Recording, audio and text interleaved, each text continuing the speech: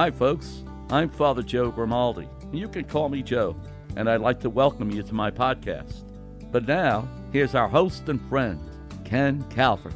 Hello, everybody. I'm Ken Calvert alongside Father Joe Grimaldi, and we would like to welcome you back to the Father Joe Grimaldi podcast. Friends at Houghton McInerney Star Lincoln, we treasure your time. Isn't it time for you to experience the Star treatment? If you're in the greater Detroit area and you're looking for a new Lincoln, then Star Lincoln is your only answer. Father Joe Grimaldi and I have our new Lincoln Corsairs from Star Lincoln, but you may be thinking of something a little bigger, like the stunning Lincoln Nautilus, the sleek Lincoln Aviator, or the one-of-a-kind Lincoln Navigator. Shop online with Star Express. Swift, simple, safe. Browse for your new Lincoln online and customize and order your new Lincoln from home. It's that easy. Or drop by our beautiful showroom today and visit with one of our expert sales associates. Whatever you choose, you'll see why we've been selling Lincolns for over 50 years. Houghton McInerney Star Lincoln, 12 Mile Road and Telegraph in Southfield. Shop online at starlincoln.com, or you can call Star Lincoln at 248-354-4900. Okay, the grades are in, and they're not good. They are not good. I know we've been talking a lot, and you can't help but talk about it. So many podcasts put a spotlight on the pandemic. And not to bring everybody down right at the outset, but now they're talking about something tridemic or something like that. The flu, and of course, COVID's still around, and this upper respiratory infections. And they said due to the fact that so many kids were out of school, and it's so important as you're young to get those antibodies going, right? Those remain with you for a lifetime. Sure. Now we're going to see, people sort of poo-pooed the flu. And the flu, I can get through the flu. Well, I know that I've had my recent COVID booster and my flu shot, and I had a pneumonia shot. Have you had all your shots? I don't remember having pneumonia. I did have it at one point, but not recently. Well, I don't know how long they're good for. I don't either, but I had to get the pneumonia 65 plus, boy, so. I think I may have done that, but not this year, that's for sure. Well, I did the other two, but I did the two in one day. Well, as I said, the tests, the results are in, and the big, I'm sure everyone has read it or heard about it, the math and reading scores just dropped like a rock. And that's not good. Mm-hmm. And in the state that is, I believe, I don't know where they're ranked, but district to district makes a ton of difference, as you would suspect. But first of all, as a teacher, why isn't math and reading, why are those the two biggies? Because that's what we need to get along in life. We're dealing with numbers, and we have to understand what we're reading. I kind of expected that's exactly what you were going to say. But there are so many other classes that we have to take as well to basically manage our lives, correct? Oh, I agree with you, Ken. The thing is this, that these other things are there. Whether we remember them in detail is another story. But they give us background if you want. But there's certain things we have to remember about math. We have to know how to add. We have to know how to multiply. We have to know how to divide and subtract and so on. These are things that are important no matter what. Okay, and it doesn't matter if we do it in color or if we do it in black and white. It's important that we know those things, okay? Reading. Very hard to really appreciate life in an easier way than to, how should I put it, to be able to understand what you see in reading and in writing. So what happens is this: if we cannot read, simple thing like, what does it mean to go into this building? What is this building all about? It'll tell you what it is on the, this type of thing. Simple things. There's more complicated things. You know how they all say you got to read the fine print? Yeah. Well, there's a lot of that is true. There's no question. Particularly, we're living at a time when there's a lot of scams. And if you don't know how to read, you're going to get involved in a lot of scams and be a victim to them. But it goes on and on and on. I'm not an expert in this, but those are the things that come to mind. Those are the basic things that come to mind. Getting back to the fact that math and science, the scores, we look at the various districts around the state of Michigan, and I don't know where we rank, but we've solidified the fact that basically math and science we desperately need to survive or have a decent life. I think so, yeah. I mean, well, we use it virtually every single day. Yeah. I think reading is the most important skill you will ever acquire. I think reading is an absolute must. I don't think you could understand math without knowing how to read. We are living in a world where so many people are illiterate, and I'm wondering how they do it. Maybe, just maybe, every kid should have been held back by a year. And I think they're saying starting all over again. Okay, well, here's where I'm going with this. And I'm going to say bravo to private education. Okay. Catholic education didn't shut down. If they did, it was extremely limited. Have you noticed at your high school any hangover from COVID in testing scores? No, although as I have to admit that I'm not involved in that directly, but indirectly I am. The Catholic school system has increased in enrollment because of what happened in the past. And a lot of it has to do with what you're saying. I really do believe that, Ken. But basically that, you know, what happens is they limited the time that we spent online. And so that this way the kids had to be in person more often than not. Mm-hmm. And so this is where they had an advantage because they could dictate that on their own, and the kids would have to come to school and interact with others. I don't remember. Did I? Because we're talking about Brother Rice now, so this is, limited in terms of our scope. We can't speak for everybody else, but in a way I feel like we can. I don't remember if I was in 8th grade. Did I take a test to see if I could get into Brother Rice? Yes. There is a test. Okay. Yeah. All right. That's good to know. So in other words, you've had to put a stop sign up in front of some kids saying he's just not ready to go into Brother Rice High School? Yeah. Although things change with time. Mm-hmm. At one time, the pool of people ready to go to high school was a lot bigger. But through the years, people are having fewer kids. So the pool is down somewhat. So that at one time where I was at school, we had, let's say 1,200 students. That's no longer true. Most private schools have limited number to about 600. Mm-hmm. That's not bad. It just means that there aren't the number of kids that we used to have in the past. I don't think there's anything really wrong with that. It isn't. And the tuition has stabilized, even though it's still pretty expensive for the poor person, but because of the ability to receive scholarships, it certainly balances that out. And so that they want to make sure that as many people who want to go to a school are able to with the help of others.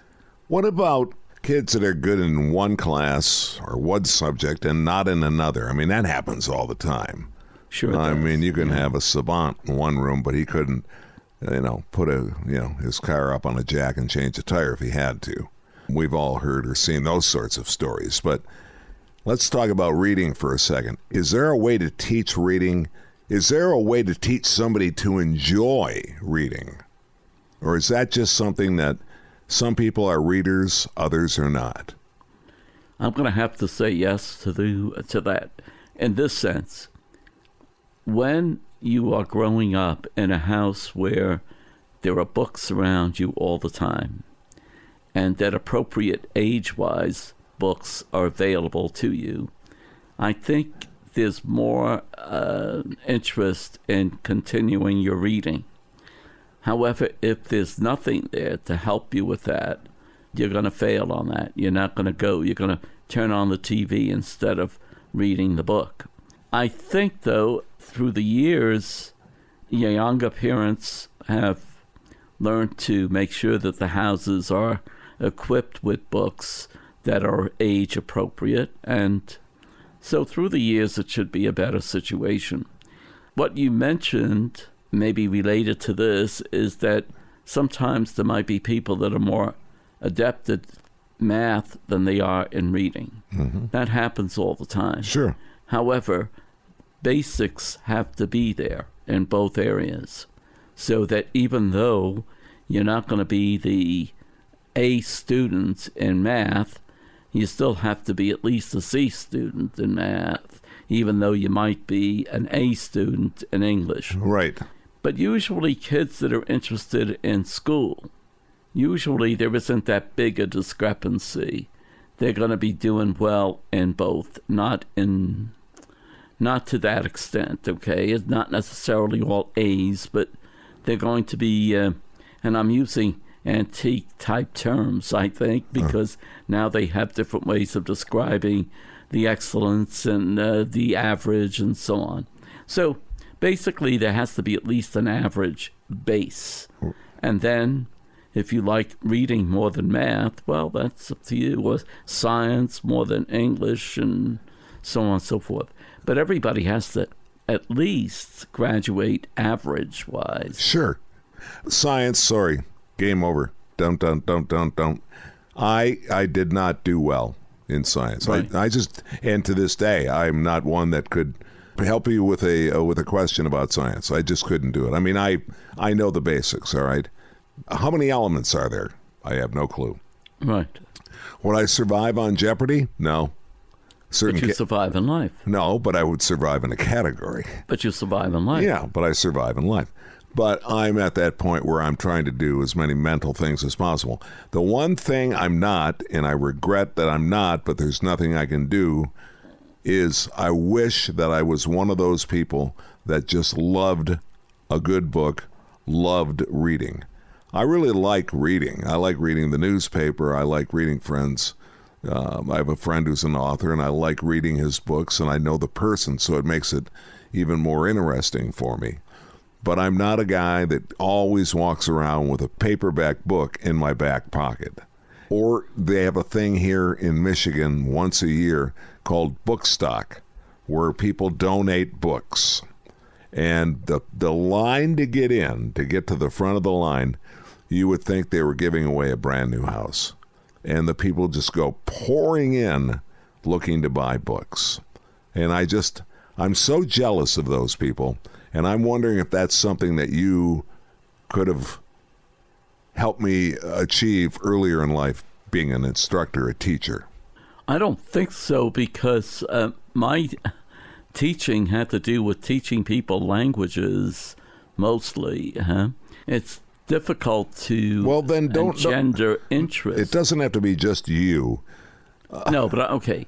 But I don't know. Generally, I'm sure the English teachers would love to do what you're just saying, but get everybody to read. Yeah, but I'm just saying some people just aren't avid, born to read. They're not interested. Okay. It doesn't mean they can't do it. They're just not interested. Okay. So that could affect some of the skill set that one would have in college, I would think, because you have to do. There was 5 times as much reading in college as there was in high school, or at least it seemed. But like I said, I'm talking about in life right now, people that are currently on a book and they're going to move on to another book, or they're actually on 2 books right now, Yeah, and I know a lot of people like that. I'm not one of them. People talk about Clancy, and that's so Clancy-esque, and I just and I love audio tape to read a book. Yeah, but it was easier for it was like a podcast. It was like having somebody. But it's just sad to see where we are right now, at least in most schools. And I don't want to. Again, that's why I put the word district on there, because some school districts did okay with the pandemic. Others not so much. I like the way they do it at Brother Rice and not the way they did it somewhere else, and I'm selfish that way. Well, that's because you're attached to. Yeah, but in one way or another. Can you give yourself a pat on the back as an educator? I suppose, yeah. You're a modest man, Father Joe Grimaldi. I don't think so. But well, anyway. I agree. Well, anyway, the reading and writing, the scores are way off, and I'm just wondering in time how long it's going to take to get those back up to where they should be. And I'm not talking doom and gloom, but I'm talking about the freshmen and the sophomores that had to go through 21, 22, late 19, all of 20, parts of 2022. That's 3 years while they were in the classroom. I wonder if, year 4, when you graduate, are you where you should be? Can you answer that for me? Given all the Not with specific knowledge, no, I can't. I can just guess. And what's your guess? Here's my thing. I think the pandemic has locked us up, and we've become, generally speaking now, not everybody, but we've become solitary persons, and we don't rely on anybody else. We don't interact with anybody else. That seems to be what's happened to a lot of people, not to all people, but to a lot of people. And I think once that happens, we lose sight of our interaction with other humanity, and I think there's something wrong with that. And so we're not going to get the incentive to pick up a book and read. We're not going to be interested in developing ourselves mathematically. I think what happens is this: in school, we're given assignments and we just carry them out. When there's in-person, we can try to figure out why you're not doing well in this, and maybe we could give more personal help than just saying, this is the assignment, you didn't do well in it. Now, there's something to be said about person-to-person counseling, learning, all of these things. Having a friend who will say, here's what you did wrong. In some cases, families didn't even want to interact with other families. Yeah. It's getting better. Yeah, it's getting better. But you know what? I'm telling you, it's gonna leave a mark. It does leave a mark. And I think we're going to learn a lot from it, but not for a while. I think we're going to learn a ton looking back in about 10 years. I think it's going to take 10 years for this thing to really sort of work its way out of our system entirely. So that's just my thoughts. You're right. Yeah. I agree with you. It's our podcast, so damn it, I can say whatever I want once in a while. That's right. And I can say to you firmly, I need a prayer. Okay.